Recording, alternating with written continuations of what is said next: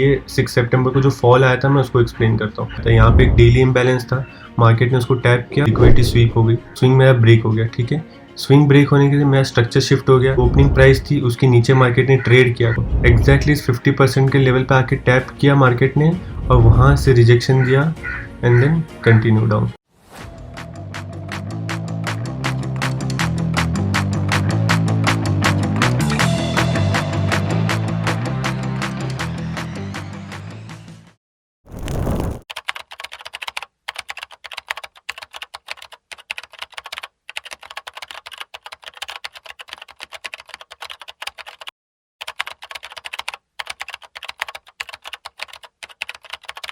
Hey everyone, welcome to our channel Deep Pocket Funds, and this video is a part of our series where we are discussing about the basic concept of ICT।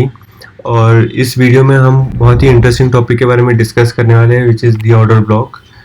तो let's just start the video, and before starting the video just for your knowledge मैं आपको ये बता दूं कि देखो ये पूरी सीरीज़ का पर्पज़ मेरा ये नहीं है कि मैं आपको बहुत ही एकदम फैंसी ट्रेडिंग स्ट्रेटजीज बता दूं जिससे आप ट्रेड कर सको और बहुत सारे पैसे कमा सको।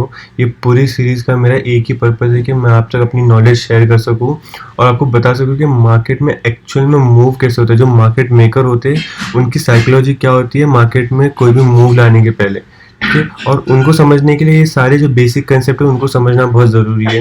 जैसे फेयर वैल्यू गैप हो गया, ऑर्डर ब्लॉक हो गया। अगर आपने मेरी प्रीवियस वीडियो देखी है फेयर वैल्यू गैप की, तो उसमें मैंने आपको बताया था कि कैसे वो जो फेयर वैल्यू गैप या इम्बैलेंसेस होते हैं वो बनते हैं, ठीक है, और उसके पीछे रीज़न क्या होता है, कैसे इम्बैलेंसेस क्रिएट होते हैं, इनएफिशिएंसी बनती है।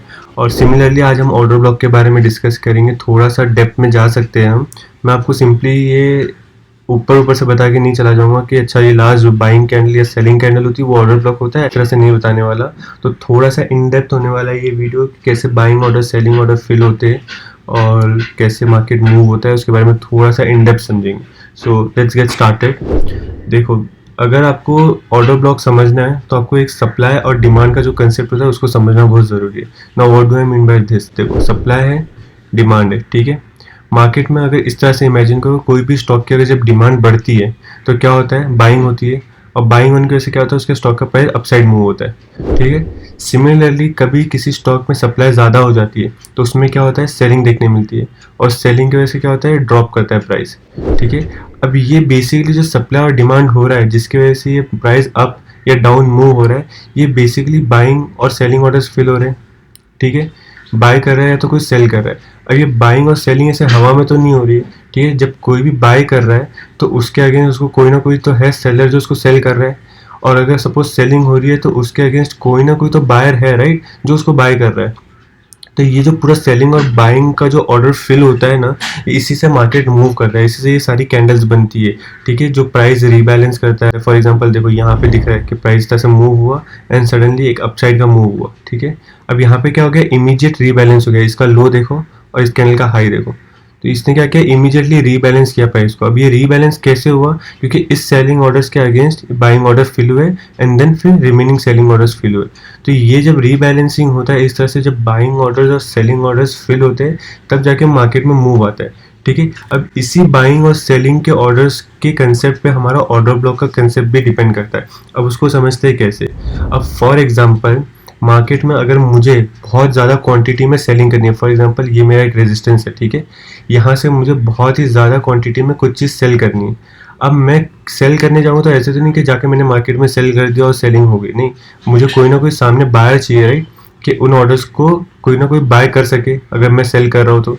अब ये बायर्स बेसिकली कौन होते हैं, वही बली के बकरे हमारे रिटेल ट्रेडर्स, ताकि उनको ट्रैप किया जाता है। उसमें क्या किया जाता है, बेसिकली मार्केट में एक फेक मूव दिखाया जाएगा हमें इस तरह से कि मार्केट देखो अपसाइड जा रहा है, अपसाइड जा रहा है, ठीक है, अपसाइड जा रहा है, अपसाइड प्रेशर क्रिएट किया जाएगा इस तरह से। ये अपसाइड जो मूव आता है इसमें क्या करते हैं, रिटेल ट्रेडर फोमो में आके ना बाय करने लगते कि यार मार्केट यहाँ से और ऊपर जाने वाला है, कंसोलिडेट कर रहा है, अभी फ्लैग एंड पोल या पैटर्न में, और मार्केट तो अभी शूट कर जाएगा। वहाँ पे जो स्मार्ट मनी जो होता है ना, जो बड़े इंस्टीट्यूशंस होते हैं, वो इन सारे रिटेल ट्रेडर्स के जो बाइंग ऑर्डर्स होते हैं ना उसके अगेंस्ट ना सेलिंग प्लेस करते हैं, अपने सेलिंग ऑर्डर प्लेस करते हैं। और जैसे ही उनके सारे सेलिंग ऑर्डर फिल हो जाते हैं बड़ी क्वांटिटी, जैसे फॉर एग्जांपल अगर मेरी बहुत बड़ी क्वांटिटी थी, और जैसे ही यहाँ पे फिल हो जाती है वहाँ से एक सडनली एक शार्प डाउन साइड का मूव आ जाता है। अब इसको थोड़ा मैं आपको एग्जांपल से भी दिखाता हूँ। रिसेंटली बैंक निफ्टी का ये चार्ट है, देखो अगर मैं इसको थोड़ा जूम आउट कर दूँ, ठीक है। अब ये कौन से दिन का चार्ट है मैं आपको बताता हूँ, ये है 5 अगस्त का, ठीक है। अब यहीं पर कहीं एक न्यूज़ आई थी हिंडनबर्ग वाली। अब यहाँ पे देखो क्या हो गया कि मार्केट में अचानक से एक सेलिंग प्रेशर आया, ठीक है। अब ये सेलिंग तो बहुत लोगों से मिस हो गई रही, क्योंकि एक सडनली एक गैप डाउन खुला और सडनली मार्केट नीचे आ गया, बहुत लोग इसमें एंटर नहीं कर पाए। मार्केट ने एक पुल बैक लिया। अब पुल बैक लेने के बाद भी इस सेलिंग प्रेशर में बहुत से लोग नहीं एंटर कर पाते, क्योंकि एक बहुत ही सडन मूवमेंट हो गया था। ये यहाँ पे जो सेलिंग हुई, यहाँ पे जो सेलिंग हुई, अब ये सेलिंग प्रेशर बस दिखाया गया था मार्केट में रिटेल ट्रेडर्स को कि भाई तो मार्केट नीचे जाने वाला है। और सेलिंग प्रेशर क्रिएट करने के लिए क्या किया गया, लिक्विडिटी क्रिएट करने के लिए मार्केट को एक टेम्पररी अपसाइड का मूव दिखाया गया। और वहां से मार्केट को जब गिराने लगे तो बहुत सारे रिटेल ट्रेडर्स ने जो ये साइड के मूवमेंट मिस किए थे, ये सेलिंग मूवमेंट मिस किए थे, वो क्या करते सेल करने लगते। और ये पूरे लेग में जो सेलिंग होती है, उस सेलिंग ऑर्डर्स के अगेंस्ट जो क्या करते हैं बड़े प्लेयर्स, उनको तो मार्केट को ऊपर लेके जाना है, तो वो क्या करते हैं अपने बाइंग ऑर्डर्स प्लेस करना चालू करते हैं। और हर एक सेलिंग में, जैसे कि ये पूरी सेलिंग में बाइंग ऑर्डर फिल हुए, ठीक है। इस पूरी ऑर्डर सेलिंग में बाइंग ऑर्डर्स फिल हुए, इस पूरे सेलिंग में बाइंग ऑर्डर्स फिल हुए। और जैसे ही सारे ऑर्डर्स फिल हो जाते हैं तो यहाँ से मार्केट क्या करता है, रिवर्स कर जाता है, और जिसको हम स्मार्ट मनी रिवर्सल बोलते हैं। अब ये जो स्मार्ट मनी रिवर्सल होता है बेसिकली, जहाँ से अब देखो फॉर एग्जांपल यहाँ पे आप देखोगे लिक्विडिटी स्वीप हुई, ठीक है। यहाँ एक ऑर्डर ब्लॉक फॉर्म हुआ, मार्केट अपसाइड गया, यहाँ नीचे आया, यहाँ पे लिक्विडिटी स्वीप हुई, ठीक है। यहाँ पे ऑर्डर ब्लॉक फॉर्म हुआ, यहाँ पे change in state of delivery हुई, और मार्केट इसको टैप करके एक रिवर्सल हो गया। अब मैं इसको थोड़ा इन डेप्थ समझाता हूँ कि मैंने यहाँ पे क्या बोला कि लिक्विडिटी स्वीप हुई, डिलीवरी का स्टेट चेंज हुआ, और मार्केट में एक ऑर्डर ब्लॉक फॉर्म हुआ, वहाँ से अपसाइड गया। देखो 3 चीज़ें समझना बहुत ज़रूरी है पूरे इस ऑर्डर ब्लॉक के कंसेप्ट को समझने के लिए, विच इज सबसे पहला होता है हमारा liquidity SVEEP. Now what do I mean by this liquidity SVEEP? Liquidity basically कोई रॉकेट साइंस नहीं, लिक्विडिटी बेसिकली पैसा होता है, ठीक है। अब पैसा कहाँ पे रेस्ट करेगा, जहाँ पे स्टॉप लॉसेस रहेंगे। तो पैसा कहाँ पे पड़ा हुआ है, स्टॉप लॉसेस के पास। तो जहाँ पे स्टॉप लॉस लगे हुए रहते हैं, जहाँ पे हम स्टॉप लॉसेस को हंट कर सकते हैं, वहाँ पे लिक्विडिटी क्रिएट होती है। और वहाँ पे जब लिक्विडिटी क्रिएट होती है और उसको हंट किया जाता है, उसको हम लिक्विडिटी स्वीप बोलते हैं। फॉर एग्जाम्पल अगर मैं आपको यहाँ दिखा दूँ कि बहुत से लोगों ने यहाँ पे बाइंग किए रहेंगे, तो उनके एसएल कहाँ रहेंगे, यहाँ रहेंगे। अब यहाँ पे बाइंग होने के बाद बहुत लोगों ने यहाँ पे ही बाइंग की, यहाँ पे एसएल है। फिर बहुत लोगों ने इस स्विंग पे बाई की, यहाँ एसएल है, यहाँ एसएल है, ये एसएल है। तो ये सारे जो एसएल पॉइंट है, इनको मुझे हंट करना है। तो मार्केट क्या करेगा, मार्केट जाके इसको हंट करता है। देखो सारे लिक्विडिटी पॉइंट जितने भी थे सारे हंट हुए, और जैसे लास्ट वाला देखो ये वाला, जैसे ये लास्ट वाला लिक्विडिटी स्वीप हुआ, मतलब मार्केट ने हंट करके ऊपर चला गया, तो लिक्विडिटी स्वीप मेरी कंप्लीट हो गई, ठीक है। मेरा फर्स्ट टिक हो गया। सेकंड चीज़ें बोलते हैं कि मार्केट स्ट्रक्चर शिफ्ट होना चाहिए, ठीक है। Market structure shift.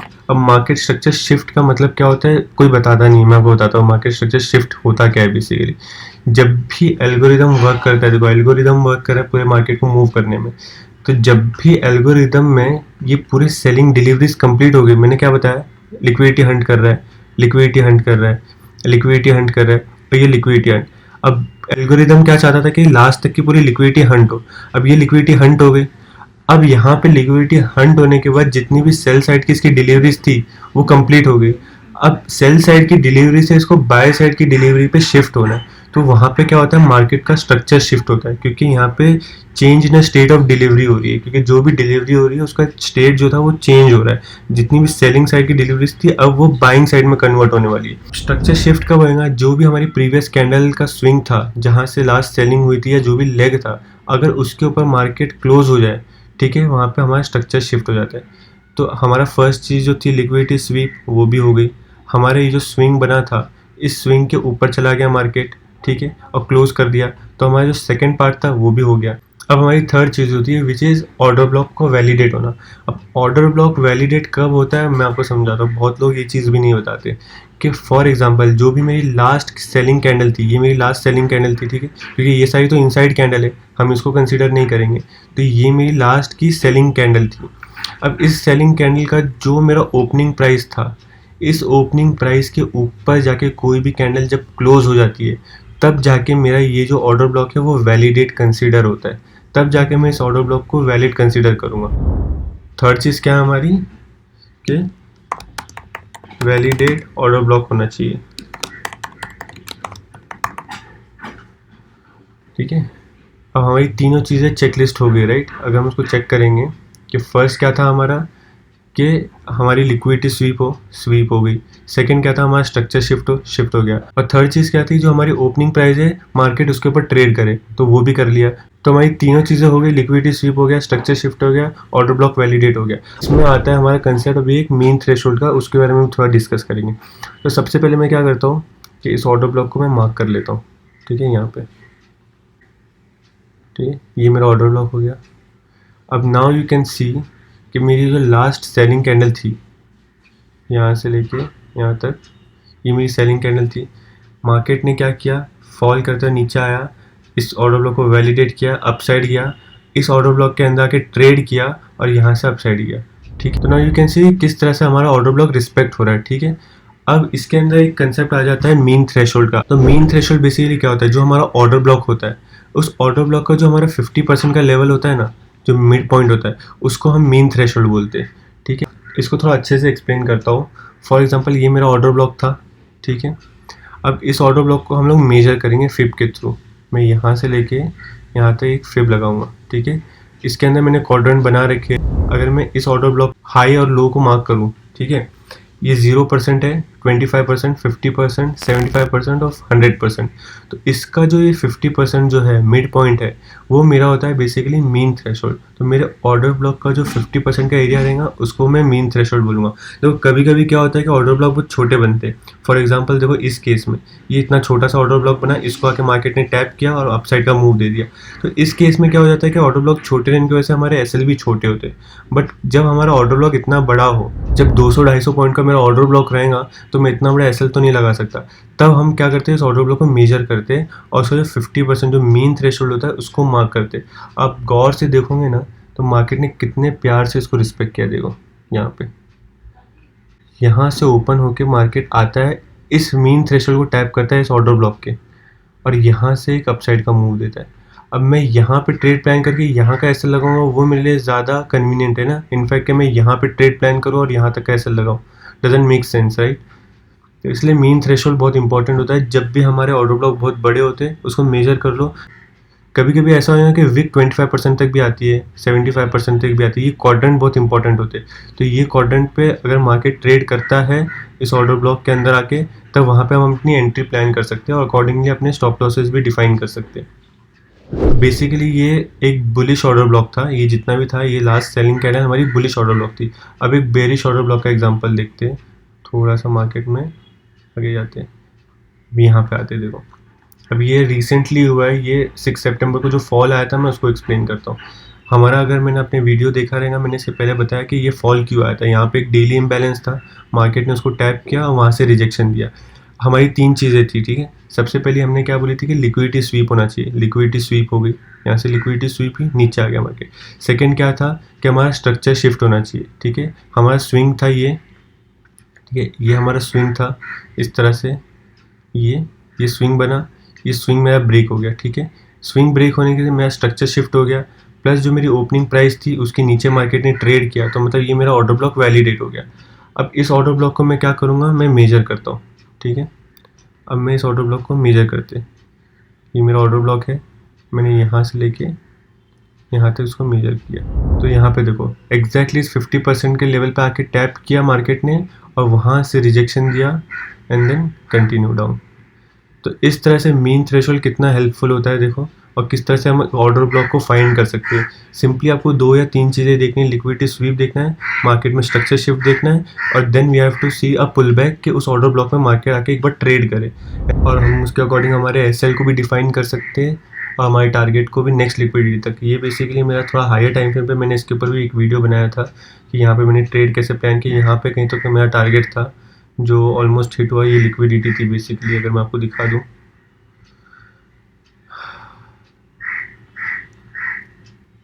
ये जो लिक्विडिटी थी वो बेसिकली मेरा टारगेट था, ये लिक्विडिटी, ये सारी लिक्विडिटी।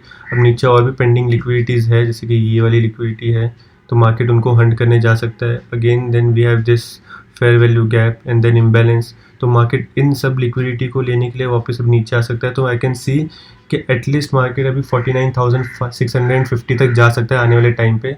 हो सकता है एक पुल बैक ले ले या फिर डायरेक्ट कंटिन्यू भी फॉल करे, छोटा मोटा पुल बैक अगर आया इस जगह तक, इस जोन तक, और वहाँ से फिर गिर सकते। तो आई होप कि आपको ये वीडियो काफ़ी ज़्यादा इन्फॉर्मेटिव लगा हो, आपको काफ़ी ज़्यादा सीखने मिला इस वीडियो से, काफ़ी ऑटो ब्लॉक के आपके कंसेप्ट भी क्लियर अगर हुए। तो प्लीज़ इस वीडियो को लाइक करो, शेयर करना और सब्सक्राइब करना मत भूलना, ताकि आपको ऐसे ही इंटरेस्टिंग टॉपिक्स की नोटिफिकेशन मिलते रहे और मुझे भी एक मोटिवेशन मिले कि मैं और ऐसे वीडियोस बना सकूं। So just stay tune and see you in the next video. Till then, happy trading, bye.